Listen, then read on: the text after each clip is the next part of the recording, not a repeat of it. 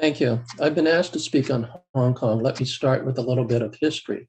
Starting from about 1841 onwards, Hong Kong was seized by Britain during the colonial period. Britain defeated China in the Opium Wars and took Hong Kong, Kowloon, and the new territories, and forced China to open up 5 Chinese ports, including Canton and Shanghai, where Britain used these ports to force China to buy opium. China had resisted the opium from Britain because it caused a serious epidemic of addiction, 25% of the entire population. But losing war after war against the imperial powers, China was opened up. The opium weakened China and its people. Britain ruled Hong Kong with an iron fist. All governmental decisions came from Britain, including land sales. Britain assigned a governor who had absolute authority to rule Hong Kong as a colony. There's no democracy. Many Western nations were involved in seizing pieces of China and making them into colonies during this colonial period, including the United States. Marine General Smedley Butler said, quote, "In China, in 1927, I helped to see to it that the Standard Oil Company went on its way unmolested. Britain continued to rule Hong Kong into the modern period."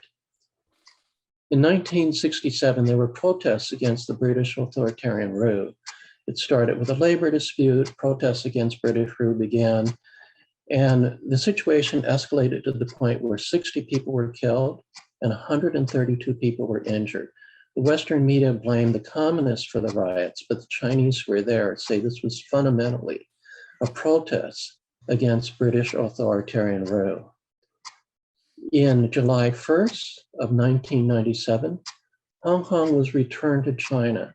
The Hong Kong handover, domestically known as the transfer of sovereignty over Hong Kong and the other territories, was the formal passing of authority over Hong Kong from the United Kingdom, Britain, to the People's Republic of China. Just prior to the handover, Britain for the first time instituted a modified system of democracy and insisted that it be maintained for 50 years after the handover. And that was how Hong Kong adopted the one country, two systems form of governance. China basically allowed Hong Kong to rule itself. No taxes were levied on Hong Kong by China, and there was no formal governance exerted by the mainland. In 2014, there was the Hong Kong Occupy movement, which was a series of street sit-in protests, also referred to as the Umbrella Movement or Occupy Central movement, which occurred in Hong Kong from the 26th of September to the 15th of December in 2014.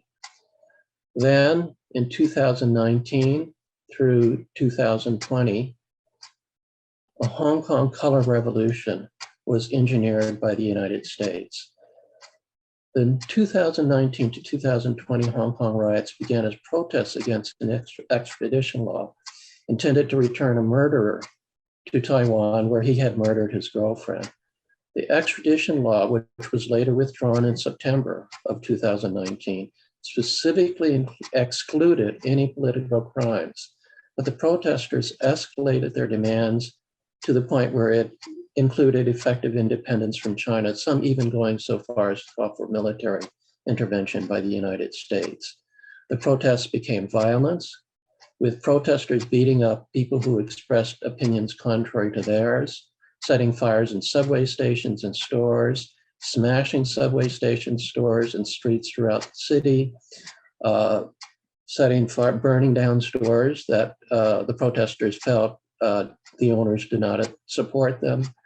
They attacked police with sticks, baseball bats, sharpened umbrella points, spears, bricks, bows and arrows, and firebombs.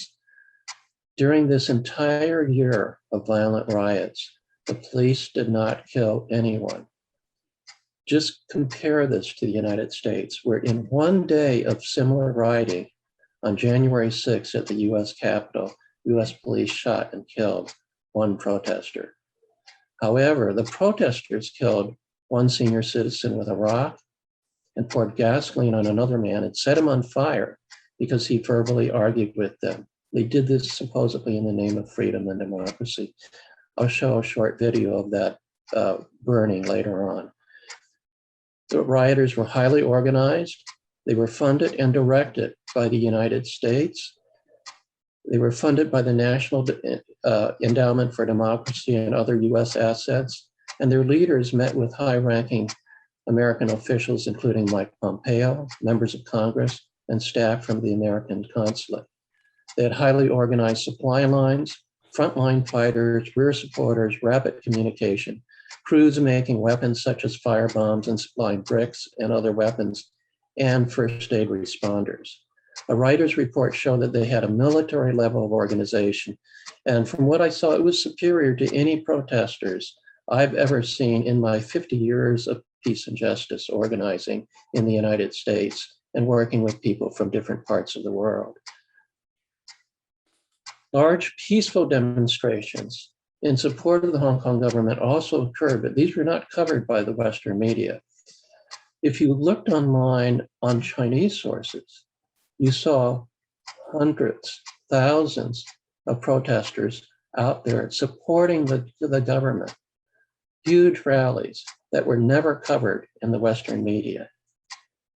In the years 2016 to 2019, the US National Endowment for Democracy, which by the way is a CIA offshoot, their own website reports that it spent over 27 million on organizing and propaganda in China. Most of this was spent in China itself, including mainland China itself, including Tibet and Xinjiang. But in 2019 alone, the NED, National Endowment for Democracy, spent over 600,000 just on organizing and propaganda in Hong Kong. In 2020, this was increased to over 2 million. You can go to the National Endowment for Democracy website and search this for yourself. The national security law in Hong Kong was what finally brought the riots to an end. And it's similar to laws in the US and countries around the world, including most Western nations. You know, and again, if you compare the crackdown that happened in the United States after January 6th, you see that the security laws the United States used was similar to the one that was put into force in Hong Kong. Hong Kong was a pawn in the US-China Cold War. At the very start of the riots, two fellow members of Veterans for Peace, Colonel Ann Wright and Camille Mejia, who is a US veteran of the Iraq War. This is a book written by him about his experiences. He's also Nicaraguan. And the two of them warned me that what was happening in Hong Kong was the same kind of color revolution that happened in Nicaragua and Venezuela. And based on their experiences, they described to me step by step what happened in those two countries. And they predicted that the same formula was being used in Hong Kong and that I could anticipate the same step-by-step progressions, including how the Nicaraguan and Venezuelan governments eventually defeated the riots. And step by step, everything they said was exactly what happened. So, majority of people in Hong Kong just want peace and prosperity. They don't want color revolutions. They don't want stores being burnt down. They want people being burned. They don't want people being beat up. They just want to live a normal life. Hong Kong was one of the safest places in the world with the most respected police force in Asia for decades before these riots. Since the adoption of the National Security Act, normalcy has returned to Hong Kong.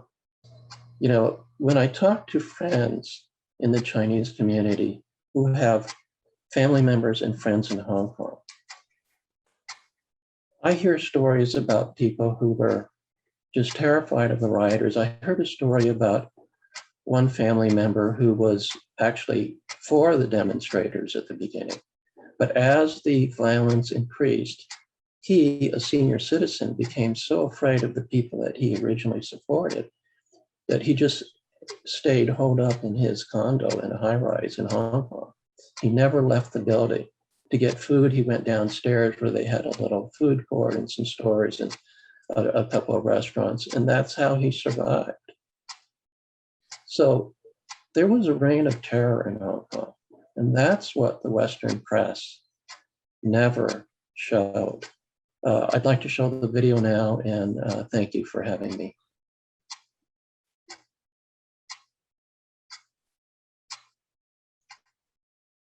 手，所以咪點解俾人打咯？嗱，講完嗰就冇喐手啦，講完嗰冇喐手啦。你而家咁搞到更加亂啦！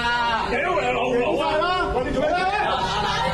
你夠膽一位提車，我屌你老母！唔賠你屌佬正契弟！你請人先喎！我請人先喎！我屌你！俾人打到咁樣話我請人先。 叻啊叻！邊間㗎？個原因係我啲嘢。你老母閪咩？英國佬冚家鏟都唔係中國人，全部都唔係中國人，你合政府你使乜邊話聽啊？香港人啊！你聽中國講啦，你講就講係唔係我？講飽佢啦！走啦！走啦！屌你老母！翻大灣區，翻大灣區啊！講就冇喐手，所以咪點解俾人打咯？ 講完嗰就冇喐手啦，講完嗰冇喐手啦。哇！你個紅膠槍！喂！俾錢！哇！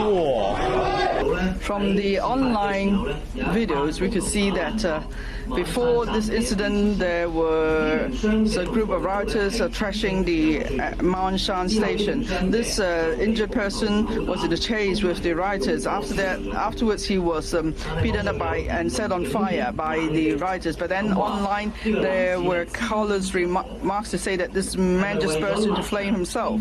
The injured person has been sent to hospital. He's in critical condition.